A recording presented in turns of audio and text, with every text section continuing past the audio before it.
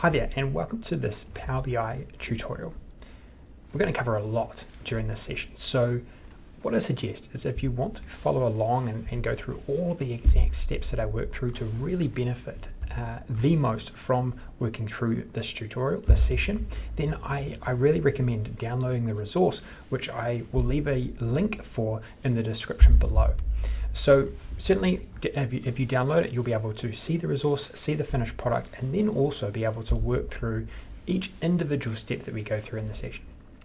Just a reminder, if you want to find out more about or learn a lot more about Power BI and a lot more from me around all various different topics of Power BI development, then certainly subscribe to the Enterprise DNA TV channel. There's plenty to learn and very regular updates of Power BI content get placed into the channel, and I know whether you're a beginner or advanced user of Power BI, you will learn a lot from me and Enterprise DNA. All the best and enjoy the workshop. In this example, we will be running through how you can create some really compelling dashboards for, say, management or executives. Now, this is a dashboard that showcases all of the key metrics that you might find in an organization which sells things, which is pretty much any organization if you think about it, because you've got to sell things to make money. So the key things that you might want to analyze for an organization that, in this case, sells throughout all of Australia are things like revenue or your sales or your profits or your costs and your profit margins. So this dashboard really highlights those things and showcases them in an automated way. So what we can do is we can actually dive into any time frame here. So we can select any time frame, and we can also select any of these metrics. So what I can do is I can actually select revenue or I can select cost and check out what happens. The entire dashboard updates for whatever key metric that you want to showcase. And so these visuals are actually dynamic essentially. And not only can we dive into that or time, we can also dive into specific elements of our data as well. So we can jump into, say, our exporting sales, our wholesale sales. We can also jump into and analyze how we're performing per warehouse. So we might have certain inventory or stock in particular warehouses, and we want to see how those are actually selling. We could also jump into products. So hopefully you can see there's just so many ways you can analyze information, just in this one report page. And that's what I want to showcase with this particular dashboard, is how much you can actually physically fit into one page if you set it up well, if you incorporate some of the DAX calculations that we'll work through. Then you can make some really compelling dashboards which showcase immense insight. We're also utilizing the shape map visual here, a really great visual that you can use inside of Power BI, and you can say select a specific region and it will dynamically change the visuals within the report as well. So much functionality, so many different ways you can extract insight from your data. In this example, we're going to work through how you can create this from scratch, and all the different various aspects in terms of not only the DAX calculations, but also how to visually make it a compelling dashboard like we've got in front of us right now. Okay, let's jump in. Okay, so let's get started here. Now, the first place that I will begin is in the data model. Obviously, every single time you create a solution inside of Power BI, you've always got to start in the data model. Your data model has to be right. So that's where we're going to start today. And we're going to extend this a little bit. We're going to build a few other tables to enable us to actually create some of these insights that we're looking for in this report. Okay, so my best practice here is to put your lookup tables up the top. I say this in nearly every demonstration that I do, but this certainly helps a lot, especially if you're starting out with Power BI. Just making sure that you understand what is going on here and how the filters work is so important.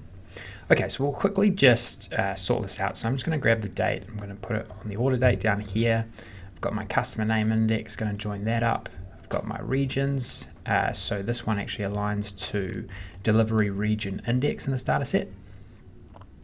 So we'll just place that down there, and then we've got products, and that one aligns to the product description index. So it doesn't take long, right? It doesn't take long at all. It's just a matter of coming in here and making sure that everything is aligned and sorted before we move on. If you don't sort this out, you'll start developing in Power BI and things just won't work and you have no idea why, and it's generally because you just need to sort out things here. You need to simplify things, make them intuitive. But now we've got all of our lookup tables, our dates, customers, regions, products, all filtering our sales table, and this is where we're going to do a lot of our calculations. Okay, so if we now jump back into the front end, so what I'm going to do here, I'm going to run through, and we're going to create most of the calculations first, and then we're going to bring it all together and create the visualization. So we've got to create quite a few formula here. We're going to run through and develop quite a bit of logic, implement it into our model, and then that's going to make our visualizations a lot easier to implement once we do that. Okay, so first of all, I'm going to create a measure table here. So you've probably seen me do this a number of times now. I'm going to go key measures. You can call it whatever you like. I just always start with something generic like that, and then I break it out at the end.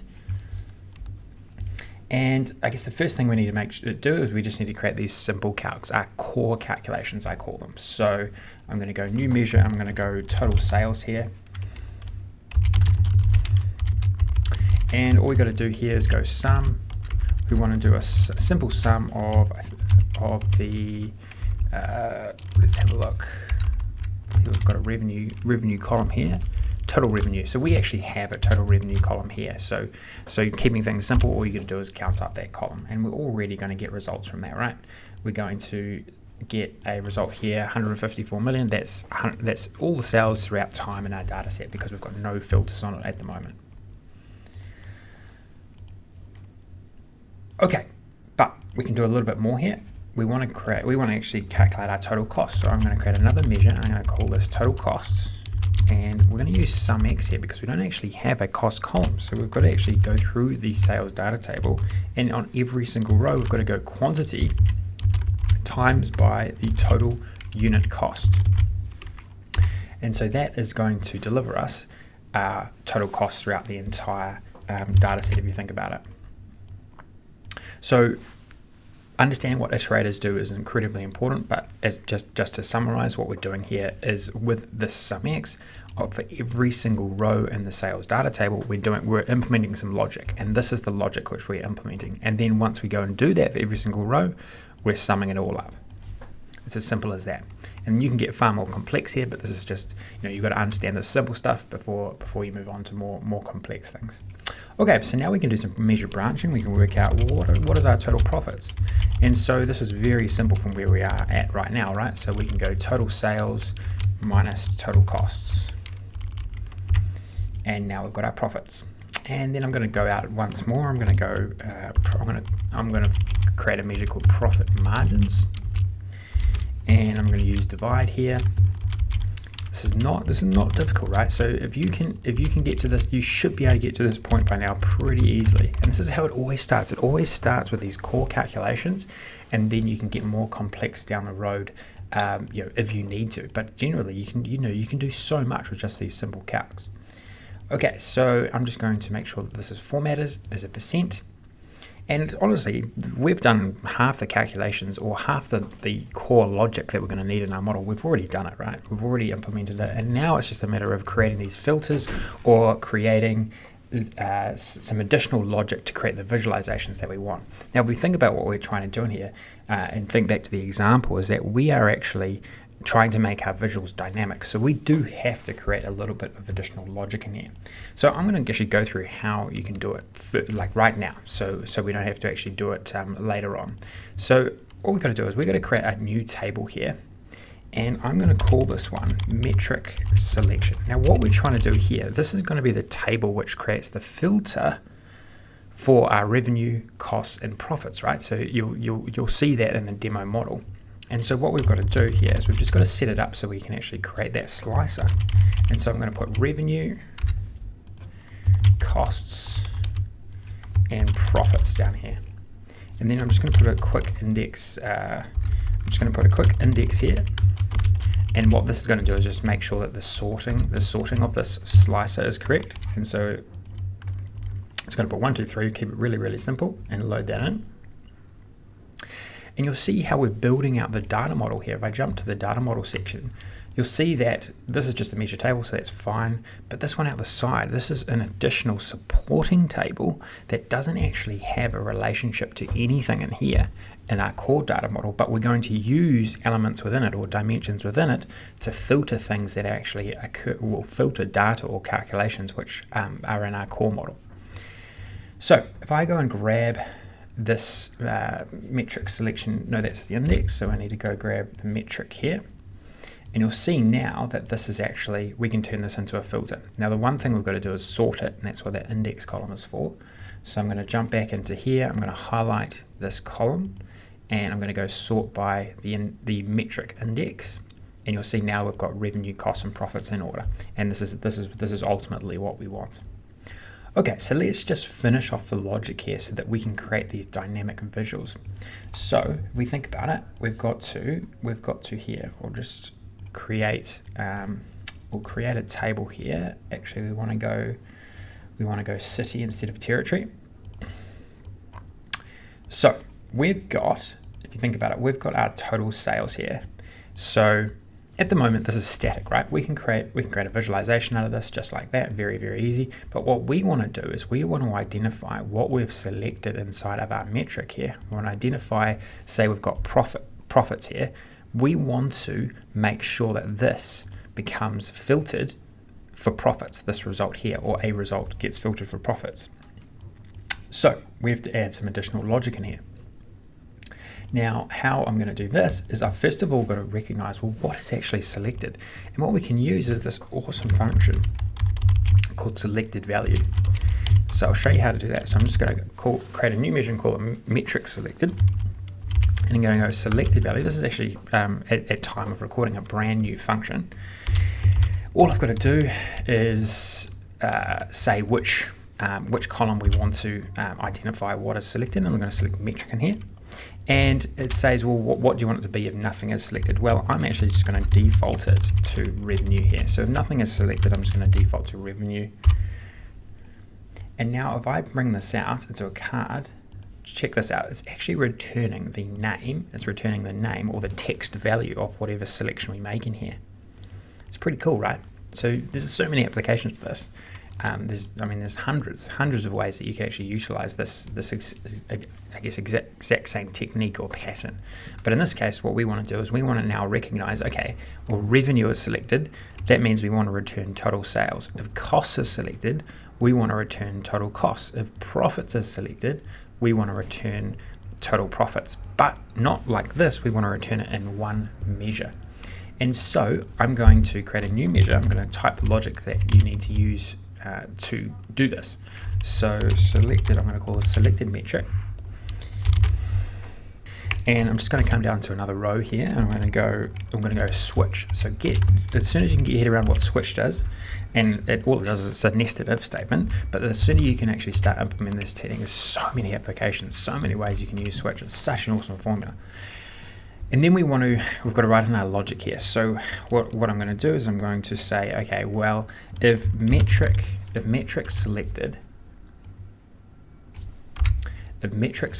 is equal to revenue, then I want to return total sales. And then I can quickly just add this down on different rows, like so. And I'm just going to change the variables inside of here. So I can go costs, make sure we return total costs, and finish off with profits, and we'll go total profits in here. And then just as an alternative value, we can put total sales, but it's going to return that anyway because of the metric selected is always going to default to revenue if nothing is selected. But so you could put a blank there, but in this case, I'm just going to put sales. Okay, so check this out. Now we have a measure. That will change. So just look down this row as I change it. It's going to always equal to the metric we have selected.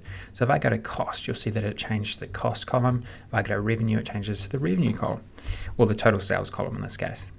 And what this is going to do now is this creates this dynamic visual this dynamic visual that we can utilize in all of our visuals that we create, right? So if we now go revenue, costs, profits, you'll see how it changes every single time. How cool is that? Like, think about how, I mean, you could even make this way more complex if you think about it, but in this case we've only got 3 different measures that we're looking at, and check out how you can fit so much information into one report page by utilizing this technique. Okay, cool. So we've created the bulk of our logic. That is the bulk of the logic that we're utilizing inside of this report page. Now we've just got to make it look great, and that's the key. So let's work through a number of the things that I implemented to make this happen. Now the first thing I did was I just created all of these additional, all of these visuals to showcase the information that I wanted. So let's just quickly mock these up and see what they look like with the white background. And then we can just do a lot of the small changes that I work through as well. And so we can put these on the side here, or up the top here. So these are our key metrics, the ones you want to really make stand out. And I think we had margins here as well, so I'm just going to put that in here. I'm actually going to change this to % profit margins. We also had our title as well, so we're going to call this one Management Insights.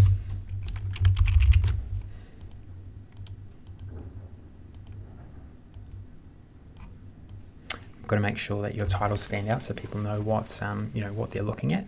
And if it's a big bold title in the top left hand corner, someone's always going to go there first, right? They're always going to identify, okay, well, that's what we're talking about here. I'm just going to get rid of this metric header just to make it look a little bit cleaner. And then we've got a channel, so I'm going to go sales data and then go to the channel. And we're going to use the same, if you think about it, we need to use the same measure in every single visual because we want to see this dynamic filtering for every single visual. And so I'm going to bring selected value down there, turn that into a donut chart. I'm going to create another donut chart for our warehouses. So I can just put in my warehouse, bring my warehouse code up like so. And if you copy and paste, right, you don't need to go and it's just so easy. All we're going to do is change the dimension or change the filter. And then we've also got through time here. So I'm just going to copy and paste that, find my date column, get rid of this silly hierarchy, and then change that into a column chart.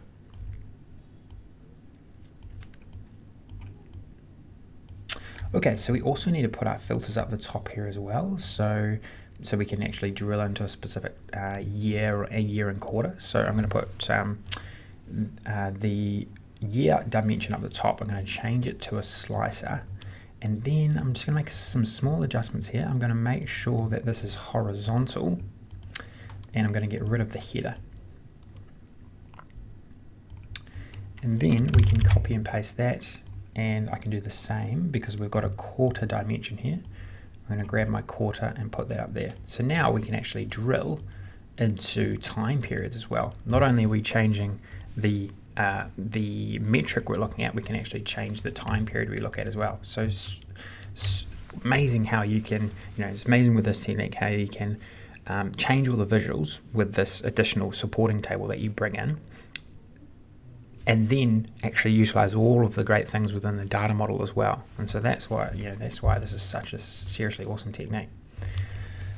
Okay, and then what we need to do is we just need to make sure this one is it's not single selection. So I'm just going to turn that off so we can actually look at multiple.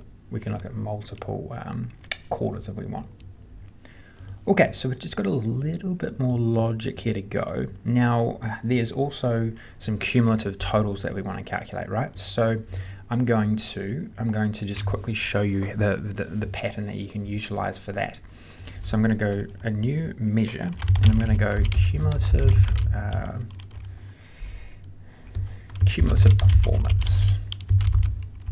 And I'm just going to do this relatively quickly. Now, whenever you use the cumulative total pattern, remember generally you'll put in like total sales or total profit or something like that. But remember this, in this case, we are actually putting in our selected metric because we want to be able to do this dynamically just like any other visual in here.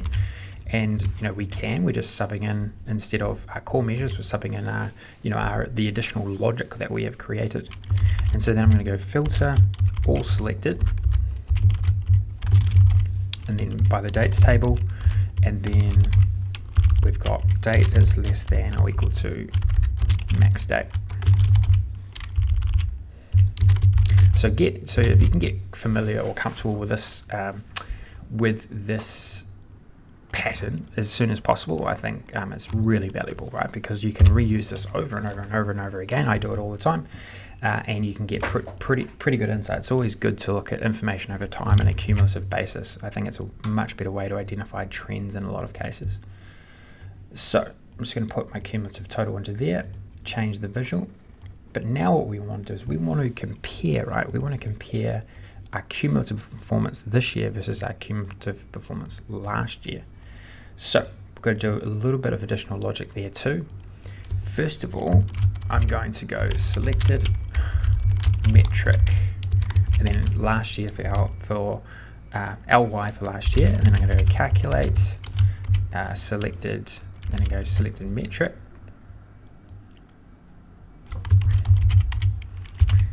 And then all I'm going to do is go same period last year. Really simple, easy as that. And then I'm going to go and come in here, cumulative total. I'm going to copy it, paste it, and then instead of the selected metric, I'm going to go selected metric LY. So hopefully you can get really good at doing exactly what we just did there, because man, it's so quick to go and find all these insights and then put them into visualization. So as quick as that, I've now got this dynamic way to then really drill into all this information. I mean, how cool is that, right? Very quickly we can identify all of these trends. We've got to change a few things up with the visualization, but it's just amazing when you combine things in the data model, additional logic you bring in, put it on top of all the patterns that you can utilize in DAX, and just like that, amazing insight. Okay, so we've got one more. We've just got a little bit extra to do here actually. I've just realized there's a few additional small little things that I incorporated into this dashboard because I wanted to actually showcase some pretty cool techniques, some additional techniques. So the next one we need to do is in this location here, we want to show our metric versus the via product, but to add an element, so an additional piece of insight to it. So if I just drag this up here, and then so I could put my selected metric in there, and we could create a chart out of this. Absolutely fine. This would, this would be absolutely fine if this is what you wanted to show.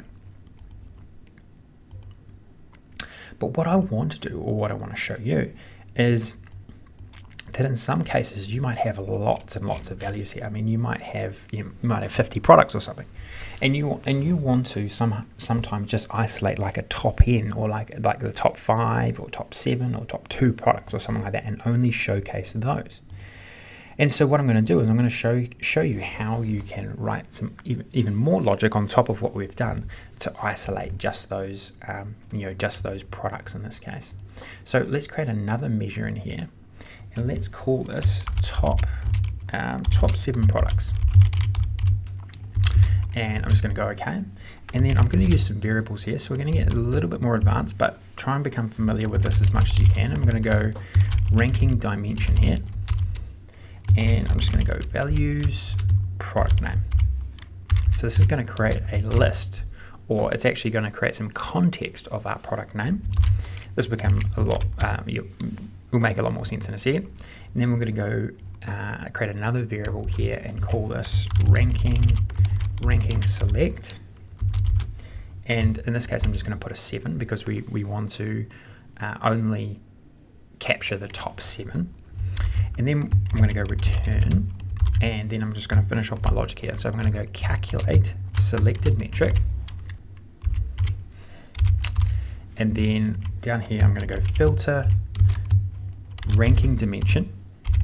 And this is where we're going to iterate through every single product in the current context. And then here we're going to go rank X, and I'm going to go all, so I'm just going to write this out quickly. I'm going to go all product name, or product data, the entire table. And then we're going to sort by the selected metric, and then we're going to sort descending, so it's going to be top to bottom. And then we're going to just go less than or equal to the ranking select variable. So using this logic, right? Using this logic, now if I actually drag this inside of this visualization, now we only ever show 7 products max, right? So it's always going to show the 7 top products no matter what selection we make here. So seriously amazing what you can do, what you can achieve. Overlaying all these things. So just think about how cool and easy that insight is to get to if you can just get an understanding, a little bit more of an understanding of what's going on in here. Essentially what's happening is we are still calculating our selected metric, but we're iterating through every single product and saying, well, is that product ranked in the top 7? And then we're only returning the value of it is. So that's essentially what it's doing. Okay, so let's just see what we've got here. So we can flick now between any of our key metrics, revenue, costs, and profits. We can select any time frame we want. So we might want to look at just Q3 2016. And we can also drill into any of these aspects, right? We can click into a warehouse, we can click into our export sales, we can click into a specific product. Just goes on and on and on. Still, we've got a bit to do though. In my view, doesn't look compelling enough. You know, the white background doesn't work. We've got to make sure that interactions are sorted. And I think also we can add a bit more, we can make these key metrics stand out a bit more, because a lot of the times with these metrics, we want to actually try and really quickly identify the trend, right? So I'm just going to, first of all, make these just a little bit smaller. So instead of 27, I'm going to make them 22. And I'm also going to change the size of the category label.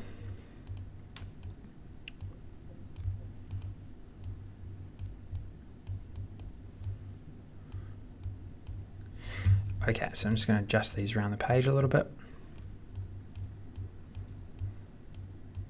Okay, so now a good way to identify trends in my view is if sometimes you can actually just create these small little charts.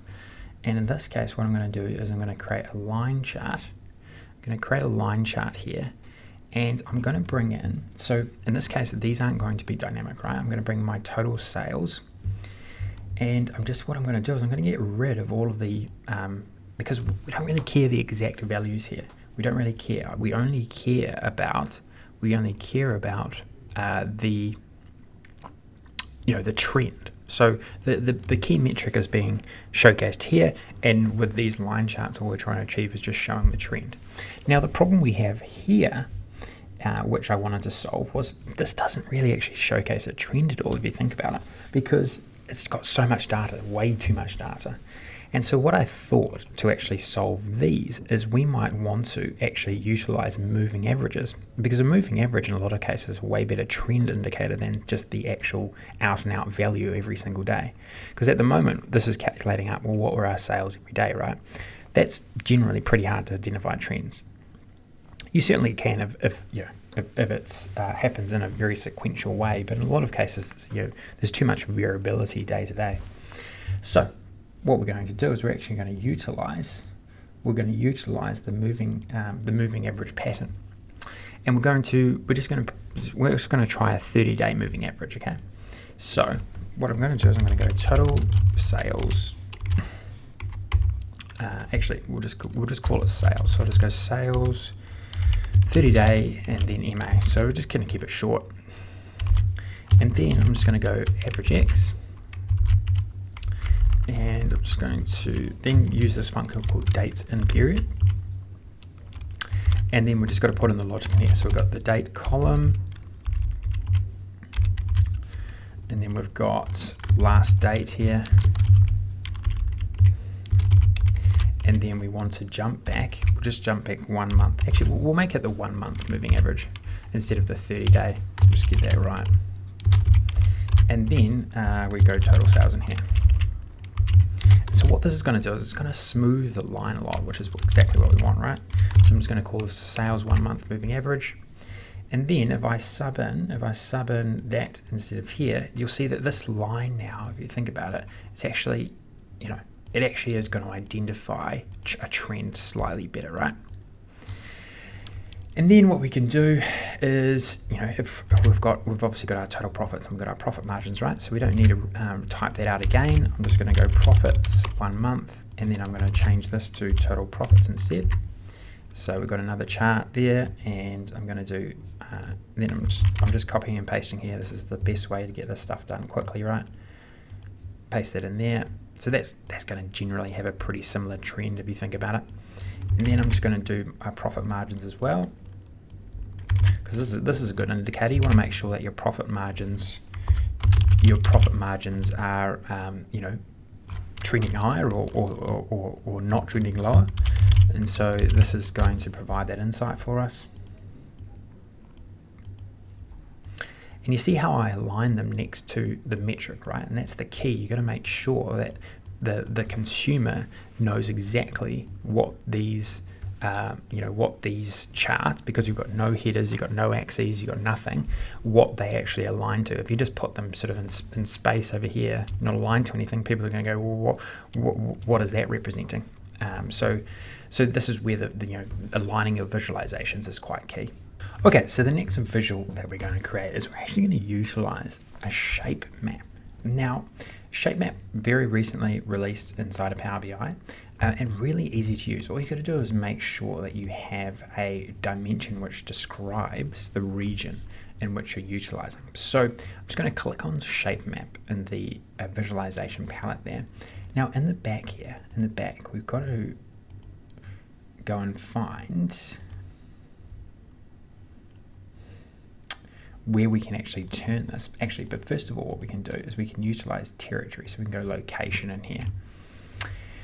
And we can see that once we do that, it actually turns on all of these different parameters that we can change. Now, the first thing we've got to do is we've got to change the shape, because at the moment it's looking at US. So what we've got to do is go find Australia.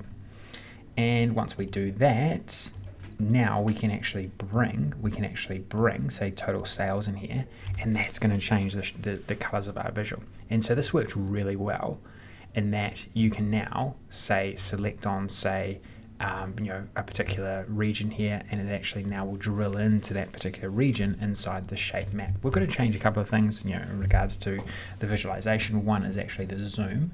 So if I can do that, so you see here zoom, and so we can turn auto zoom on, which I really like. And so when we select something now, actually no, it's not. Yeah, so we selected this something in this side, inside of this visual, then it actually then zooms into that area, which is pretty cool.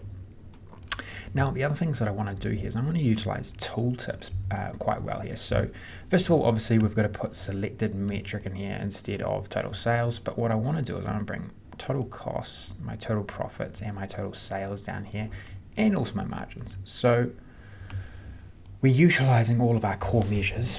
We're just using them in a different way inside of our metric. We're using the tooltip here instead. Okay.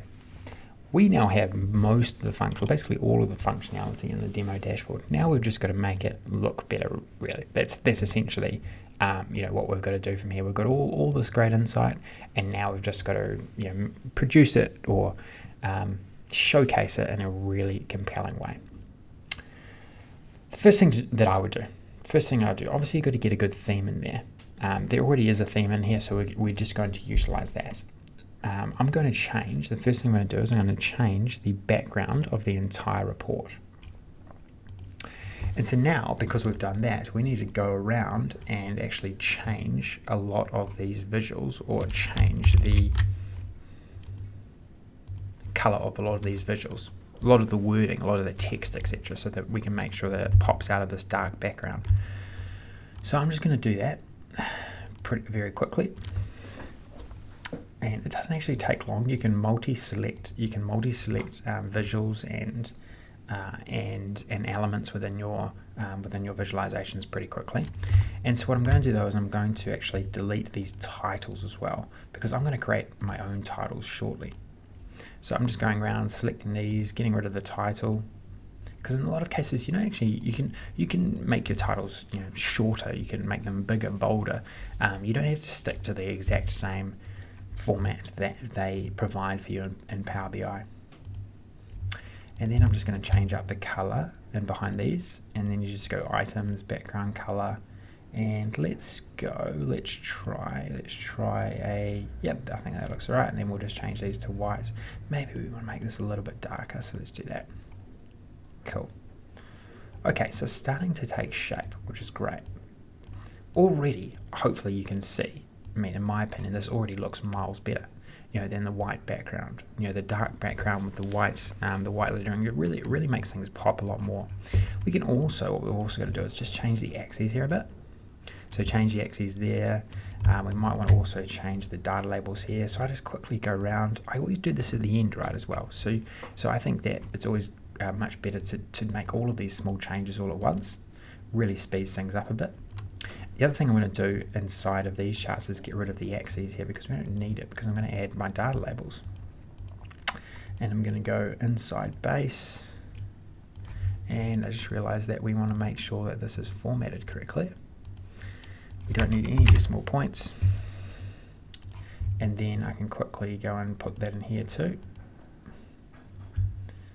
And then I'm just going to go inside base, but this one we need to change this one as well, the format of this one.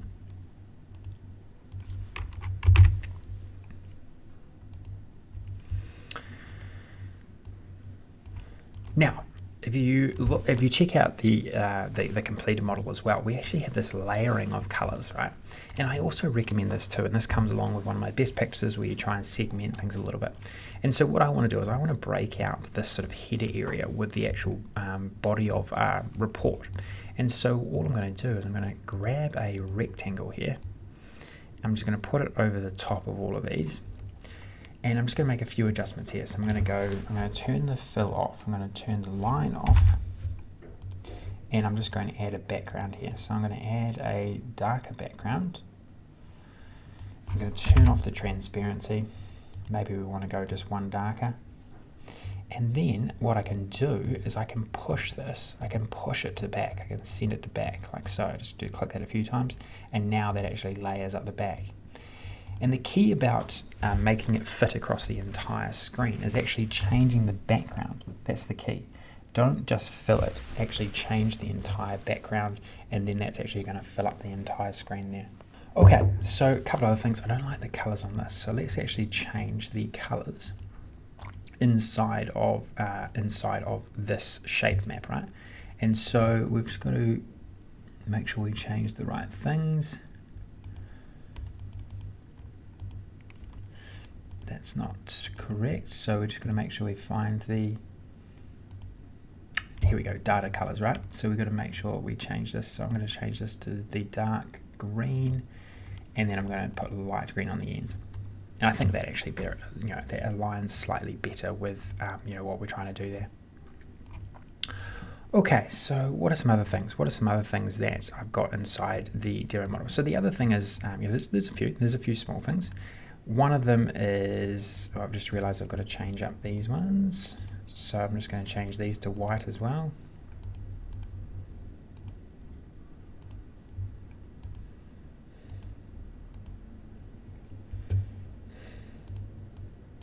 And what I'm going to do is I don't actually need this x-axis. Just make it look a little bit cleaner. And we can change this one too. So small things, right? Small things, but they make it a bit clearer as to what you're showcasing, make things stand out a little bit more. Okay, so one of the other things I have in the demo model is, or the completed one, is I segment it even further here, right? And I use what I do is I use a line here. I use a line and I turn this, I make it weighting of 2, and I actually turn it to white. And I then align it within, I overlay it inside of here, and I think this even breaks things out even better.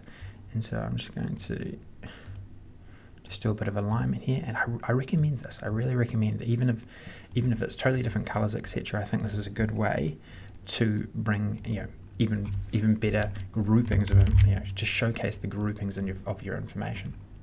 I'm just going to flip this around and then bring that down here.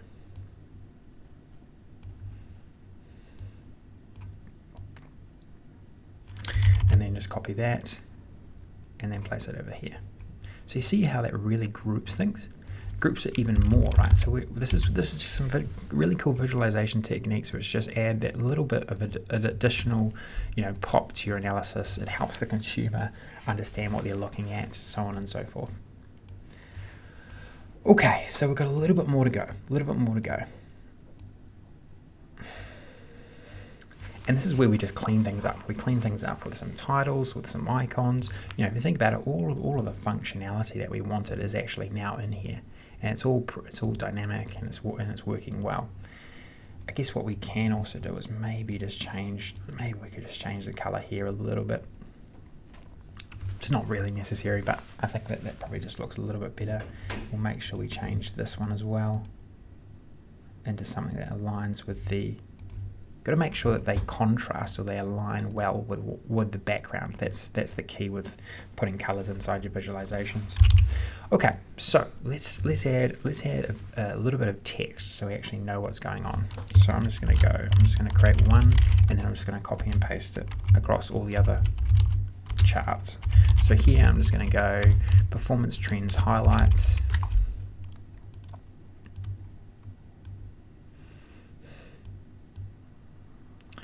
I'm going to place it there, and now I've just got to realign these just a touch. Alignment of your visuals is really key, really key. If they're just slightly out of line, I think you lose some of the, some of the good work that you've done. It's really small stuff. Maybe slightly nitpicking, but I think it matters. I think it adds value. So here I'm just going around, right? I'm just going around and just making sure that the consumer knows exactly what they're looking at. So I've got performance per sales region here. And then copy and paste. So you don't have to recreate this every single time.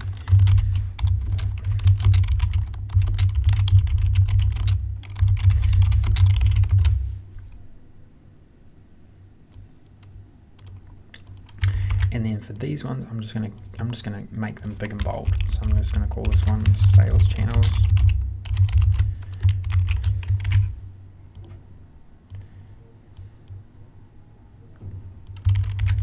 And then this one is warehouses, I believe. Yep, warehouses. This one we're gonna call top 7 products.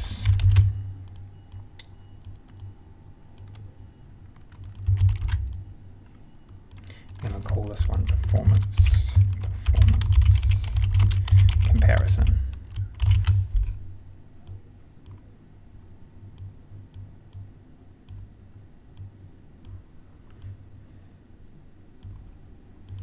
Okay, so now we basically have the bulk of our report, right? It's just really small changes other than this. And so what I'm going to do is, so you're going to also make it really clear that the person can change the time frame as well. Like so.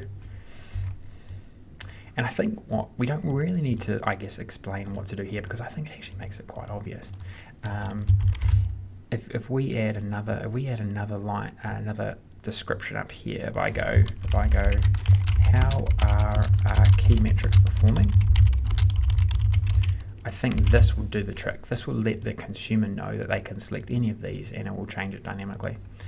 One of the other things you need to do is we need to walk around and just change the interactions between all these visuals. So to do that, you've got to make sure that you select, say, that visual, and go around and change all of the visuals in behind here. So this can be a little bit, just take a little bit of additional time, and but it's just I guess it's just the